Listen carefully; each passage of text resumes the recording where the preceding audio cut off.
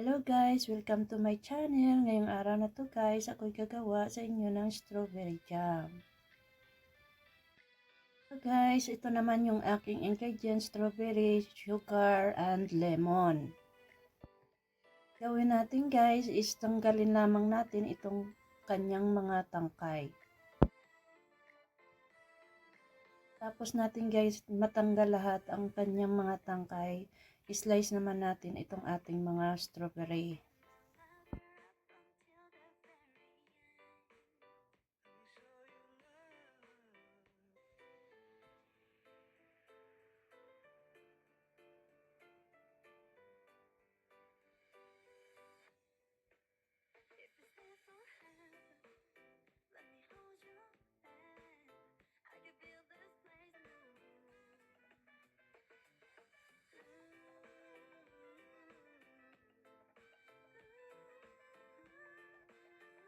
At tapos na natin ka-slice itong ating strawberry.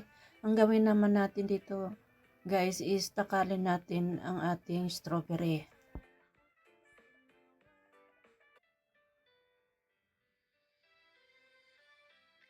Ano karami yung ating strawberry, ganun din karami ang ating ilalagay na sugar.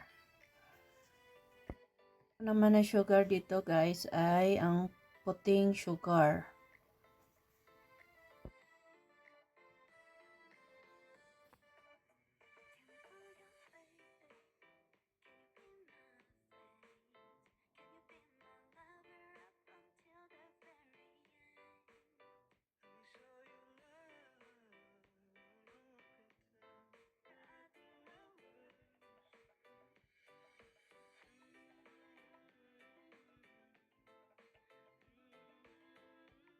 Guys, dahil tapos ko na guys katakal ang ating strawberry, ang gawin naman natin dito guys is maglagay tayo ng sugar.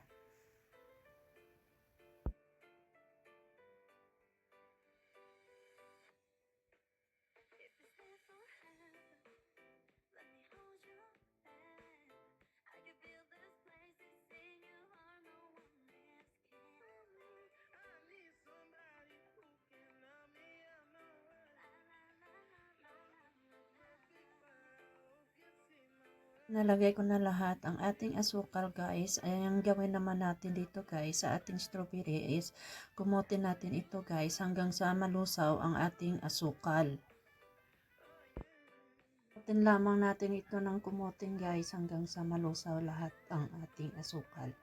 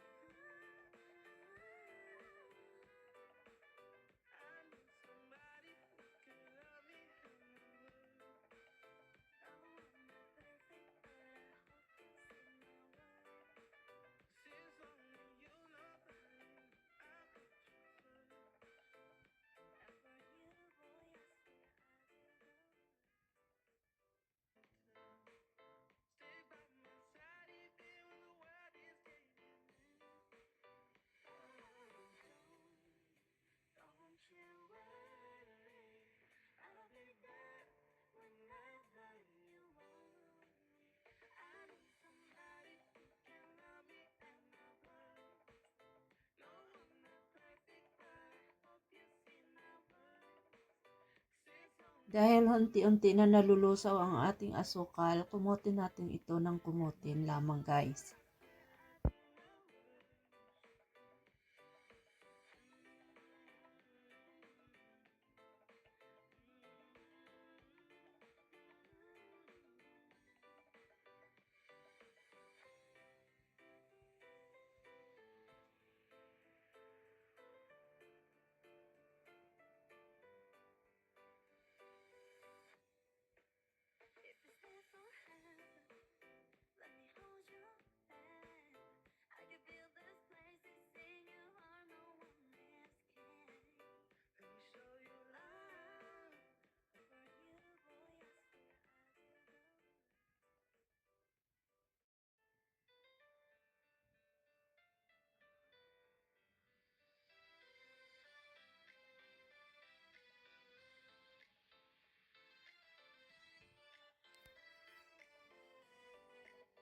Guys, dahil natapos ko na guys kalagay ang ating strawberry, ang gawin naman natin dito guys sa ating strawberry is ating lalagain ito hanggang sa lumapot.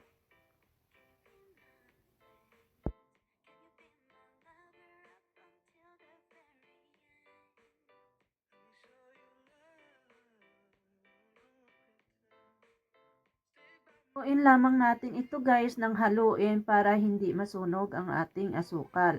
Kailangan ng ating apoy dito guys is hindi masyadong malakas para maluto ang ating strawberry ng maayos. Dahil kung hindi maluto guys ng maayos yung ating strawberry ay madaling masisira. Ayan guys, i-blend lamang natin ito guys at pagkatapos nito guys is ibalik naman natin sa apoy.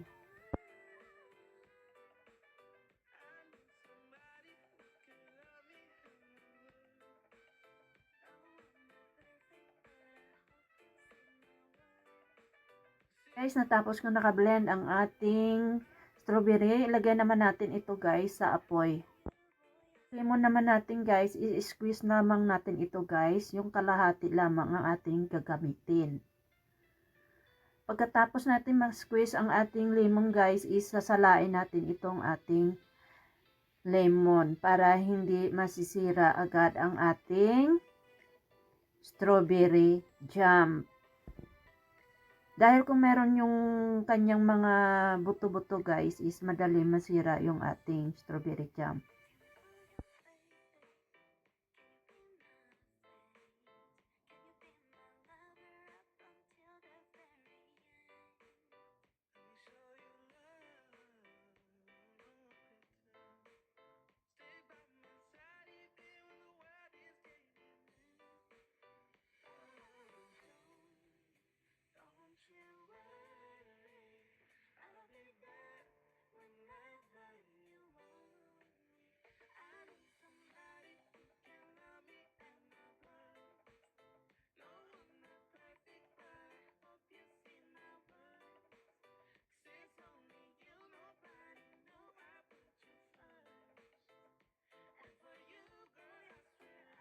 Guys, ilalagay na natin itong ating lemon.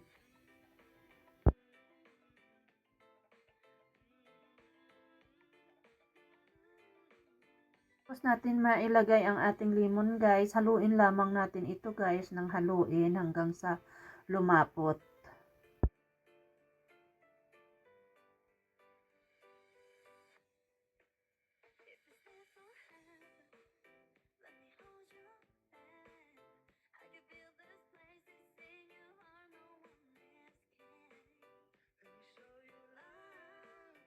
At hayaan ito guys na naka-steady lang guys dahil masusunog yung ating asukal at ang ating strawberry jam.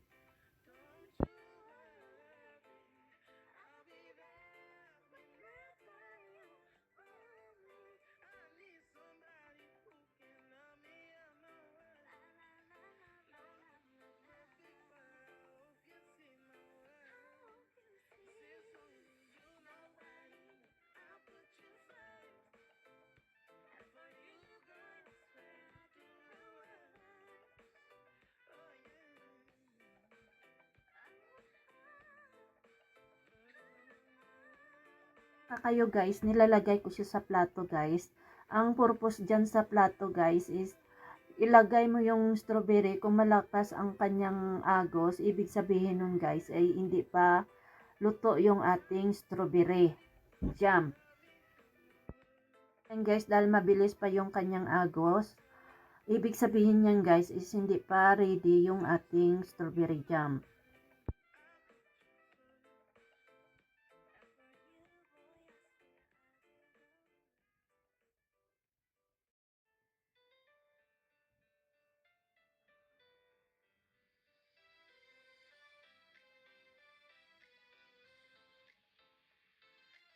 Guys, naglagay na naman ako ng panibagong sample. Hindi na mabilis ang kanyang agos guys. Ibig sabihin yan, luto na yung ating strawberry jam.